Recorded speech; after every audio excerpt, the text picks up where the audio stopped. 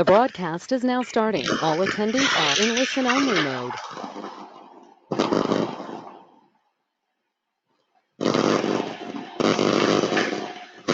Hi, good morning, everybody. Can you hear me?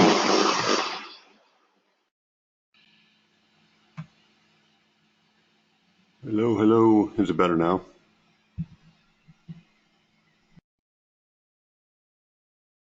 I was just loading in, so. All right, this is Disruptive Traders TV. It is January 8th, 2020. It's Power 62 session. My name is Todd Groskreutz. I will be your host today, answering your questions. Welcome to the session. Always have fun on this session. We get some good questions more often than not. I'm going to blow into the disclaimer, get this out of the way, get myself warmed up. I always read it live. Risk warning and trading disclaimer. Trading foreign exchange on margin carries a high level of risk and may not be suitable for all investors or traders. There are no guarantees of profit, and most forex traders lose money trading. Past performance is not indicative of future results. The high degree of leverage can work against you as well as for you. Before deciding to invest in foreign exchange, you should carefully consider your investment objectives, level of experience, and risk appetite. The possibility exists that you could sustain a loss of some or all of your initial investment, and therefore you should only invest money that you can afford to lose. You should be aware of all the risks associated with foreign exchange trading and seek advice from an independent financial advisor. If you have any doubts or uncertainties, this presentation and all of its content, including past trades and potential trade setups, is for educational and informational purposes only. Using any strategies, techniques, or software mentioned in this presentation is also risky. We make no guarantees of profit of any kind. The presenter is not a licensed financial professional and therefore will not give any financial advice or recommendations. All information in this presentation is our opinion and may not reflect the truth or reality in the world of trading. Please use your own good judgment and seek advice from a qualified consultant before believing, accepting, and acting upon any information in this presentation. This is not a solicitation to invest. Hypothetical performance results have many inherent limitations, some of which are described below. No representation is being made that any account will or is likely to achieve profits or losses similar to those shown. In fact, there are frequently sharp differences between hypothetical performance results and the actual results subsequently achieved by any particular trading program. One of the limitations of hypothetical performance results is that they are generally prepared with the benefit of hindsight. In addition, hypothetical trading does not involve financial risk, and no hypothetical trading record can completely account for the impact of financial risk on actual trading. For example, the ability to withstand losses or to adhere to a particular trading program in spite of trading losses are material points which can also adversely affect actual trading results. There are numerous other factors related to the markets in general or to the implementation of any specific trading program which cannot be fully accounted for in the preparation of hypothetical performance results, and all of which can adversely affect actual trading results. All right, there you go. If you haven't been here before, take a shot of it. Looking at the list, I think most of you have been here before.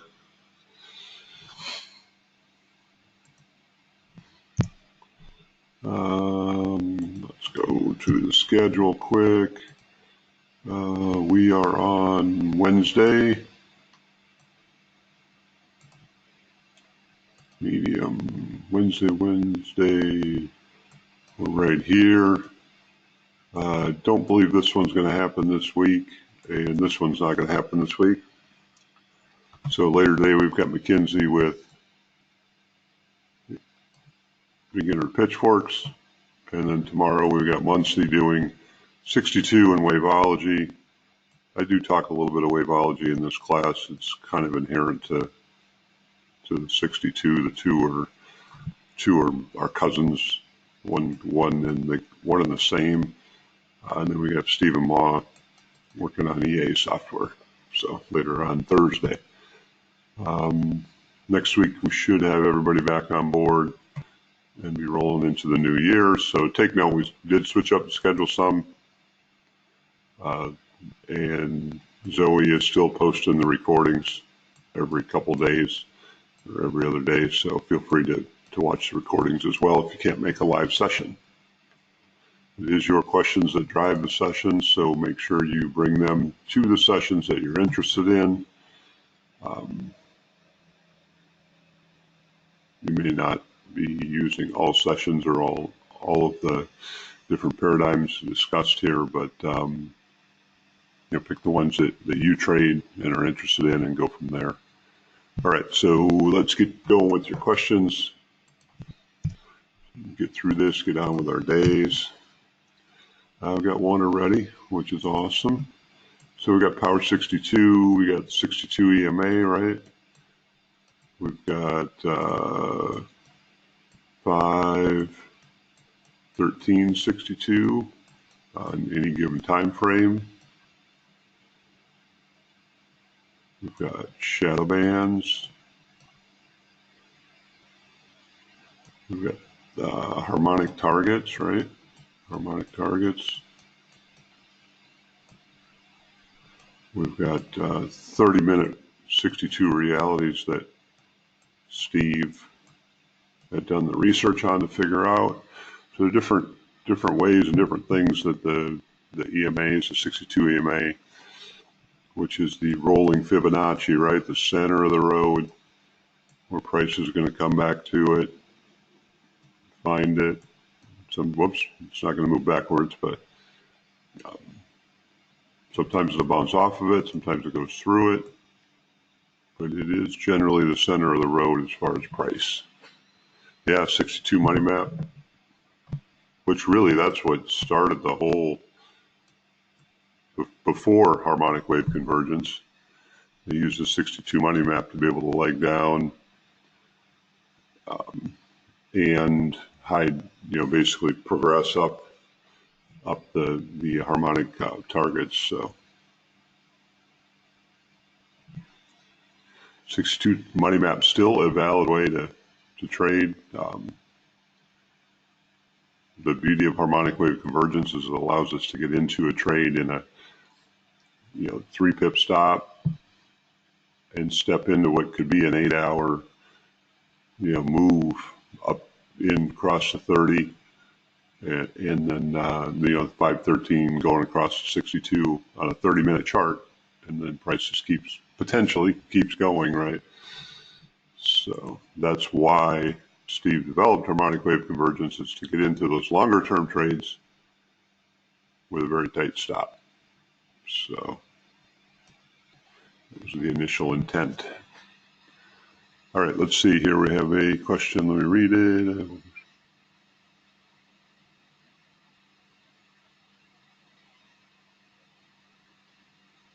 All right, great question. Very good question, actually. Let's see if we should have a pair. So the question is,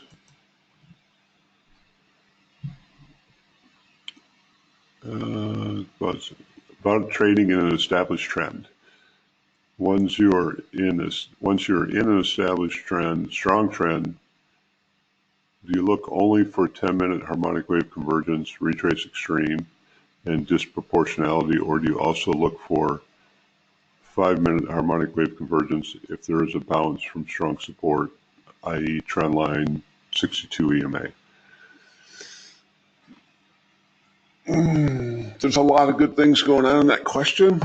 The first one is that you realize that in that strong trend that you are looking for disproportionality and you're looking for that retrace extreme so it's a pullback against the trend, and then we're looking for price to make a higher high if it's a trend move up at the end of that retrace. It can be if it's a 5-minute harmonic wave convergence, generally you're going to have a 10-1. You're going to have a 10-1 power 10 1-minute harmonic wave convergence. The ones that are peak 10 harmonic wave convergences are going to generally be stronger, not always, but generally they are. Just a bigger wave. So you can trade both of them. Just keep in mind that if that 5-minute ends up being only a 5-minute, it might not be as long-lived. So I don't want to say I struggle with it, but it's the same. I see the same things you're talking about, um, and it's you're gonna cross if you're on like a 5 minute chart. You're gonna have a 5 minute cross up, in a buy situation. Generally, we're gonna have a pullback to the 1 or the 5 and go off from there. At some point, you're gonna have, it's gonna go for a while, and you're gonna have a stronger retrace. That's kind of the reset point, if you will. And then the question is it going to reverse there, or are you going to start another, 1, 2, 3, 4, 5, another strong trend up? So, and a lot of that's just taking the volume of trades to see which ones you want to take. The beauty of if you POT that first leg coming out of the retrace extreme, it protects you, and then you POT the first leg, and then the second leg. A lot of times, pulls back, you get into that second POT trade, and you see that, the 10-minute waves moving back to the top, and then you can ride that back into the 30-minute convergence. So, all right, good question. That's a really good question.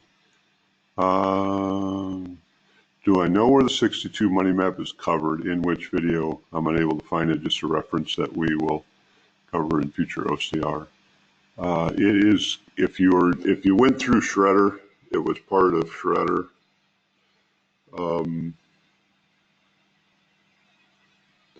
It's a way to trade longer time frame.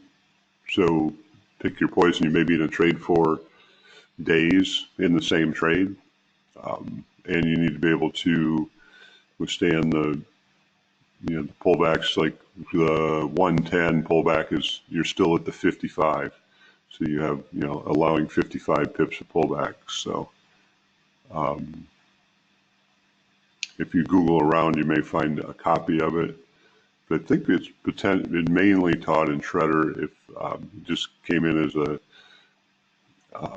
precision trader or just in the tab 29, then you don't have access to it. So it's mentioned several times during a tab training. I love tab, best investment ever. Yeah, definitely.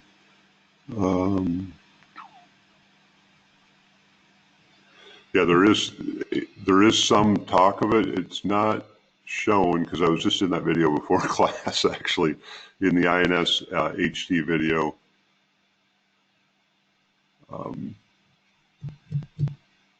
The one that was done on May 3rd back, or the INS video?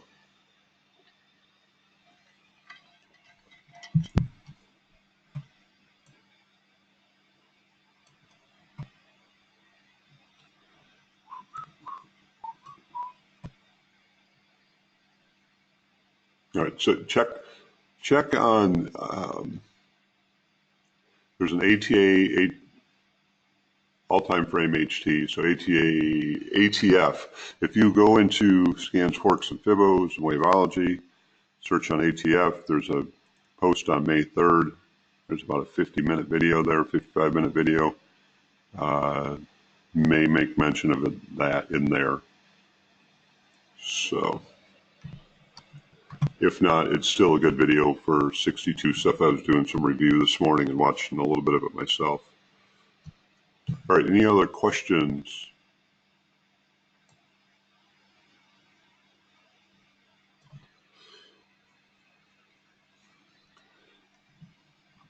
My main question master isn't on this morning, so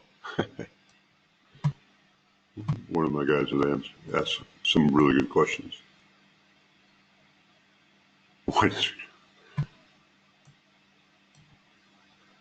Yeah, Zoe, never fun when you have computer issues. Knock on wood, mine's been really good lately.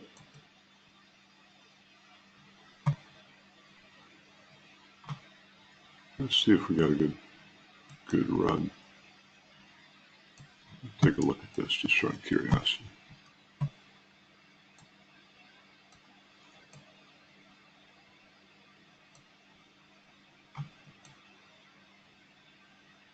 Yeah, wiki.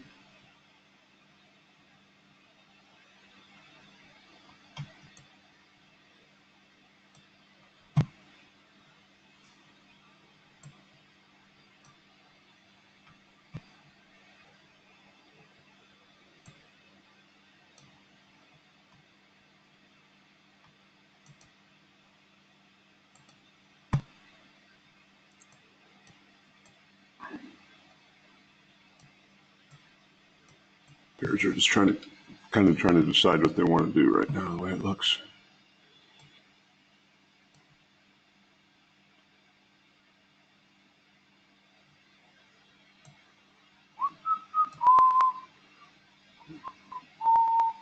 Some good movement here yesterday.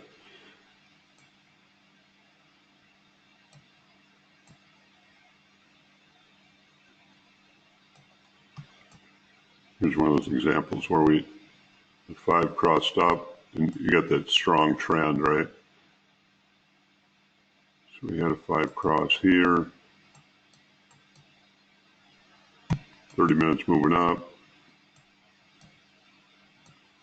Power peak 10 pulled all the way back. This is a 5-minute chart. Pulled past the 5-minute a little bit.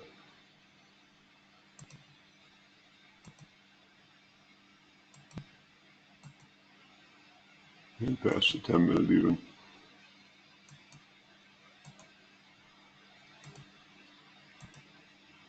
So we're still upside down a little bit there. And that, we're trying to get above the 30 basically. The reversal, if you will, started back here. It pulls up, and it pulls up again, and then it bounces right off the 5 at a 5-minute extreme. That would have been extreme in real time. So we've got this trend established, right? And pretty much probably a trend line here. Nope, not quite. Even off of there, not quite. So we're moving up, and now we're across the 30. So our EMAs are correct, if you will. Here we're kind of in a no man's land. We're coming up towards it.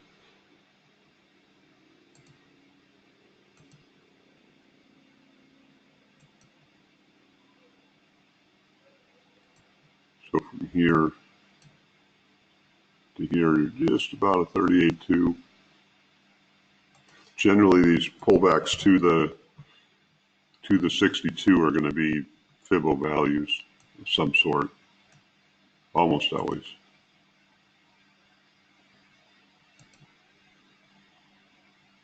Like the main Fibbo values too, like 38.2, 50. See this one here? The top was there. It was right on 38.2.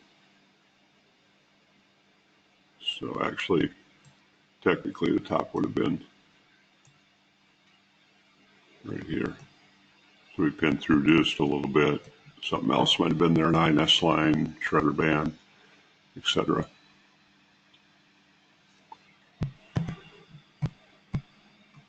Yeah, this is kind of what we're taking a look at here. So, but we see how price keeps going up, even though we had this first cross here.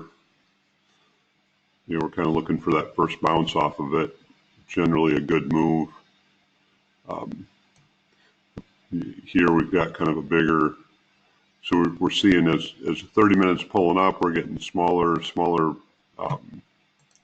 pullbacks. Price is making its way up. And as I noted, at some point you're going to get a bigger pullback, right? So that's your ABC, if you will. But we see that, again, price, or the 10-minute wave pulled all the way back. And the 30-minute wave, we can see a little bit of disproportionality in here even, where it pulled back 60%. And the last time the 30-minute wave was at the bottom was here. So price only pulled back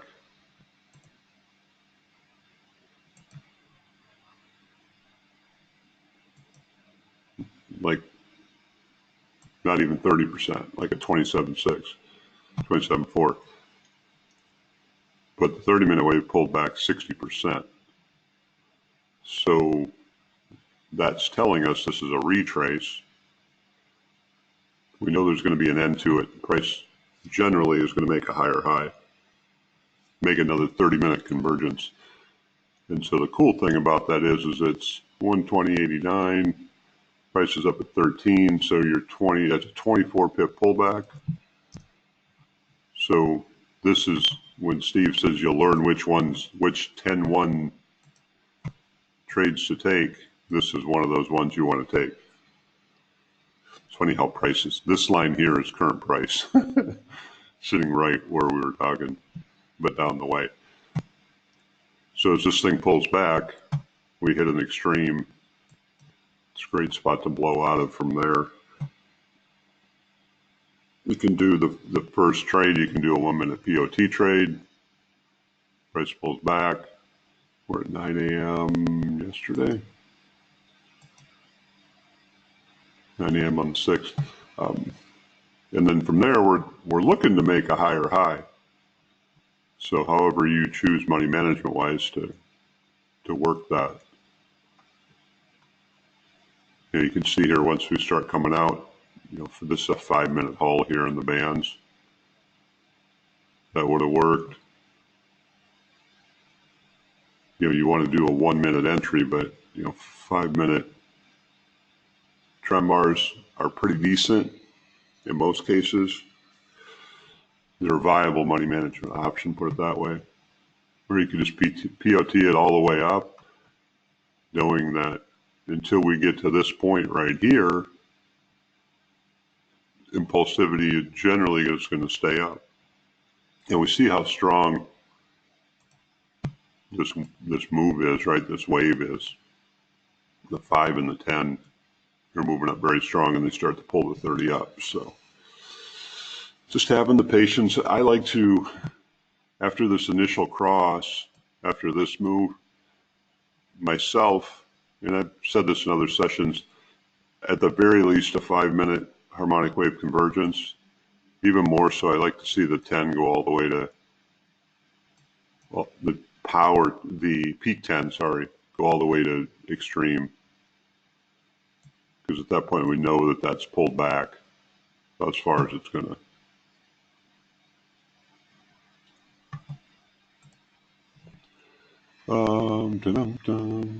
Are you using harmonic targets, Ryan? That's what your 30-minute, also on lower time frames, or do you prefer using local?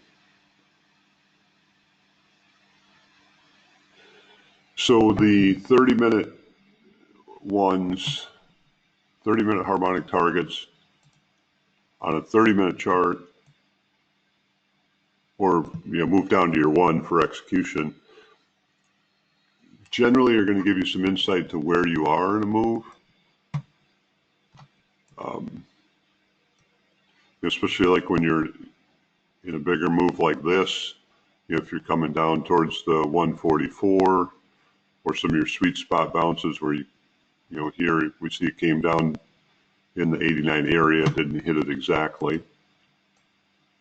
And that's kind of what bounced price. In fact, this is a pretty impulsive move here, but it bounced price all the way back to the 62.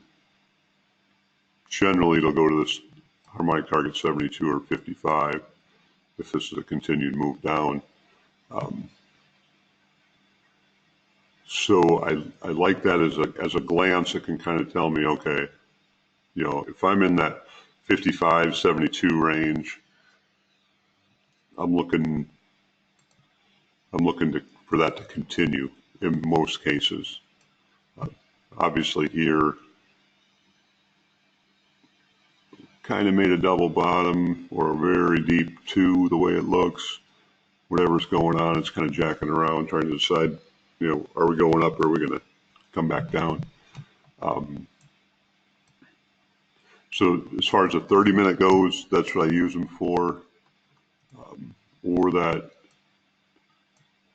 initial cross where you're looking for it to come to the 21 or the 34 and then pull back to the 62.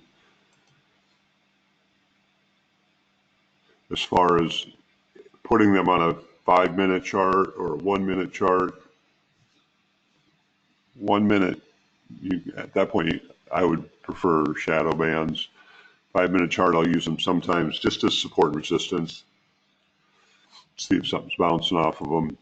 30-minute, you can put or even like a 5-minute chart, you can put the previous on also. Turn those on. They're strong support and resistance. You'll see a lot of compliance on them.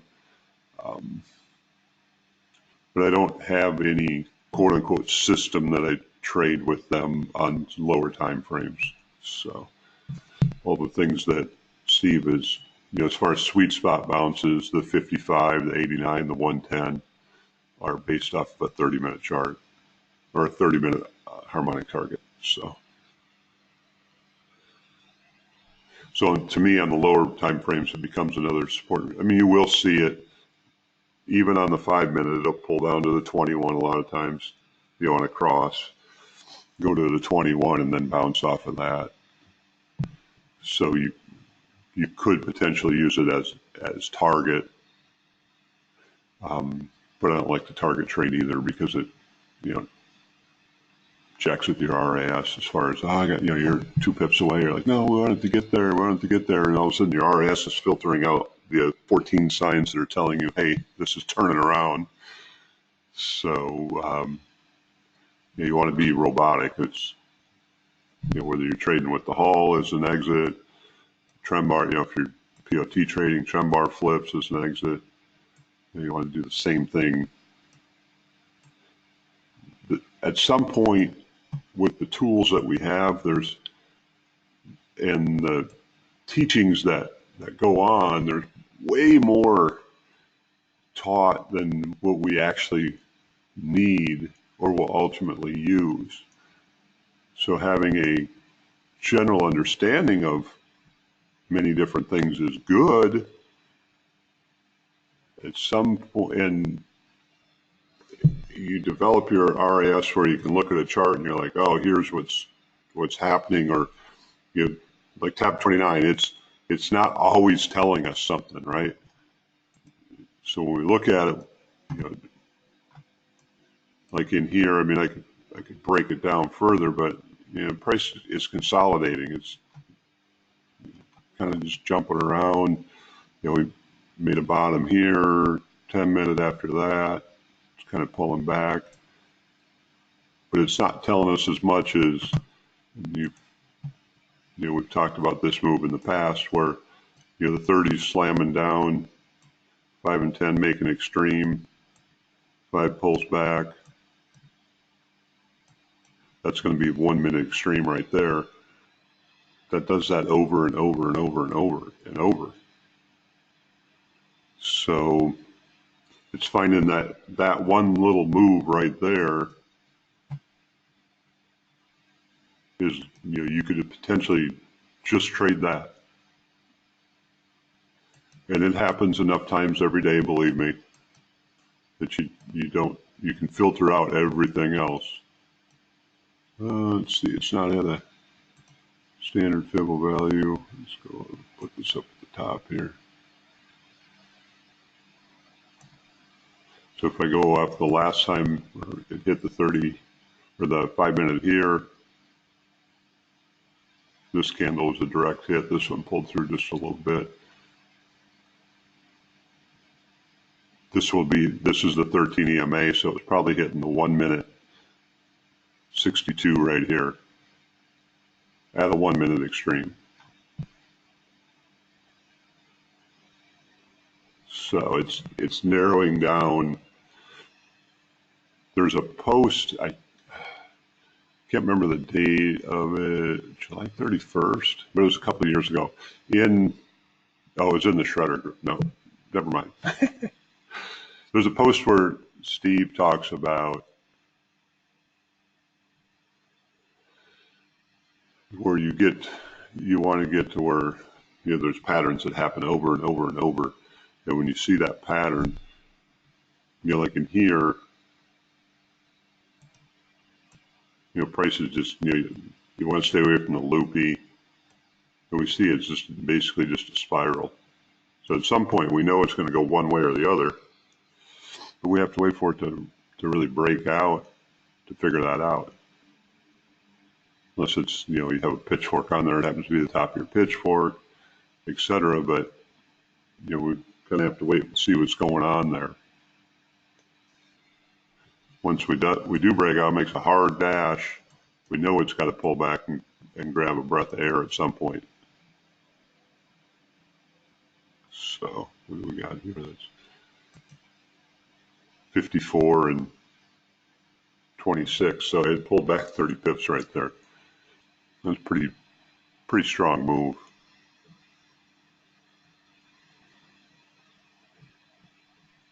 Yeah, that was a pretty good post. It's one that I read. It's some of the stuff, even going through scans, forks, pivos, and waveology, there's been a lot of nuggets in there.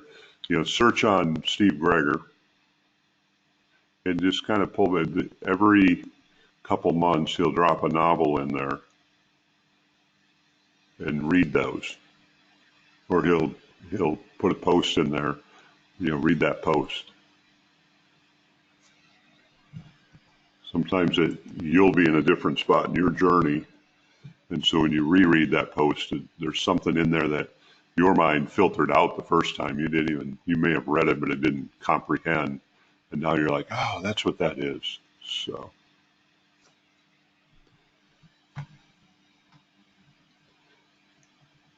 Dun, dun, dun. Let's see here. All right, any other questions?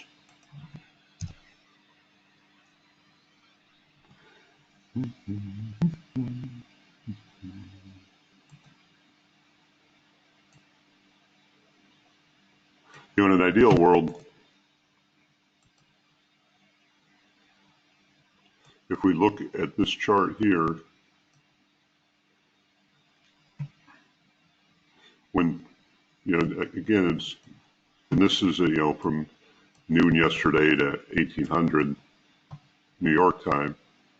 So it's not a time that I generally trade anyway, because you don't usually have a lot of volume in the market. The price is just kind of sitting around. And then when it does break out, we don't need to get all jacked up. But even here we see the 30 was moving down and reloaded waves, but still, and we had a 10-minute extreme at the other side. So if you said, hey, I'm taking 10-1, 30 not an influence, it's putting you in the right spot right here to capture this potentially. But once it makes this strong move and makes this pullback, then we know what we know what this intent was. It hasn't made a 30-minute convergence yet. We don't see the 4-hour. Let's see where.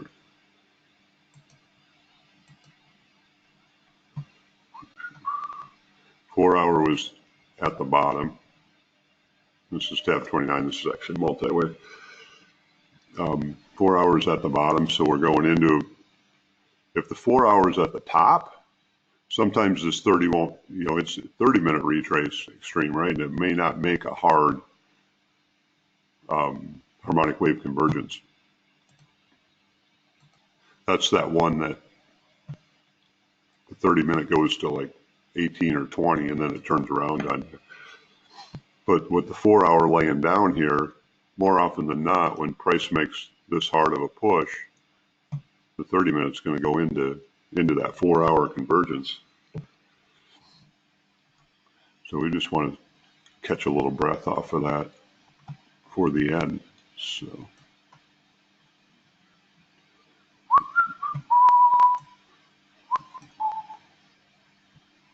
That same little slip. So we're going back into the 30 here. Not a big fan of that. And the 4 hours still laying flat at that point, I believe, or did it pick up?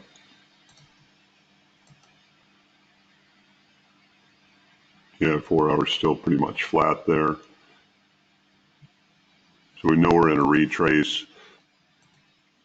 I'm to the point where when I know I'm in a retrace, I just look for a different pair.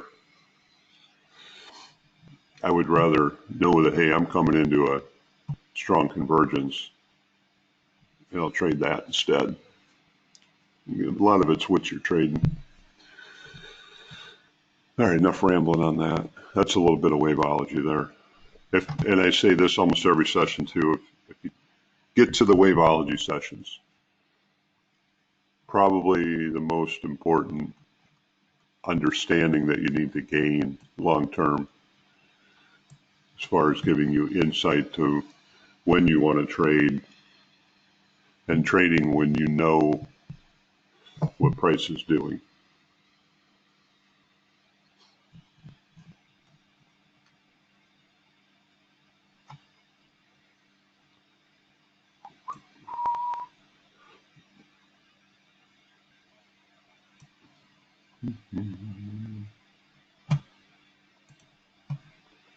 There's that save move again. 5 and 10 come in first. Again, we're backwards here. We don't. It's selectivity. You don't need to trade in what I call no man's land, right? Where price is trying to cross back, cross the 30. At the very least, if you trade here, you know there's a good chance that that's your target. But in this case, that's 20, it's almost 20 pips, so big enough to trade. But I'm more of a fan of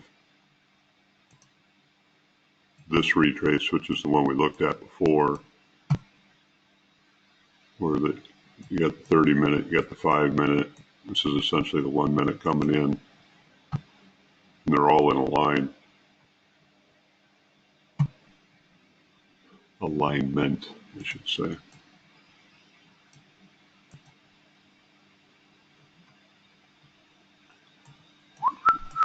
All right, if that's it for questions, I'll wrap it up for the week. Appreciate you guys coming, as always. Next week, bring more questions. Whoa, that's not that.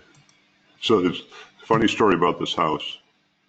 I found this house. I was living in town here in Costa Rica, in Tamarindo, and I found this house on it. It's an Airbnb, actually. And I'm like, wow, that's really cool. I love that layout. This would be the trading pit right here, which would be some type of view, whether it's the water, valley, whatever. I'm like, this is really cool. And so I had it on as my screensaver for a while, or my background. And then I pulled it up again the other day, and I'm like, wow, and I searched on it to look to see if this house was for sale, not just for rent, because my wife asked me about it. And I looked at the location, and since we'd moved outside of town a little bit up on a hill, less dust. It's real dusty here for about 6 months out of the year because it doesn't rain. And I started looking in this house. The driveway for this house is about 100 feet from the end of my driveway.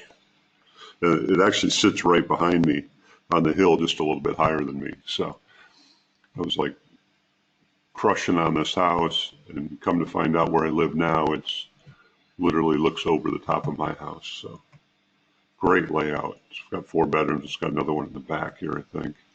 So nice big pool. Anyway, why did this slideshow from the beginning? All right, there's our disclaimer.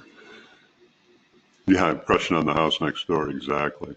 So it's great layout, though. If it was sitting on the ocean, it would be even better. But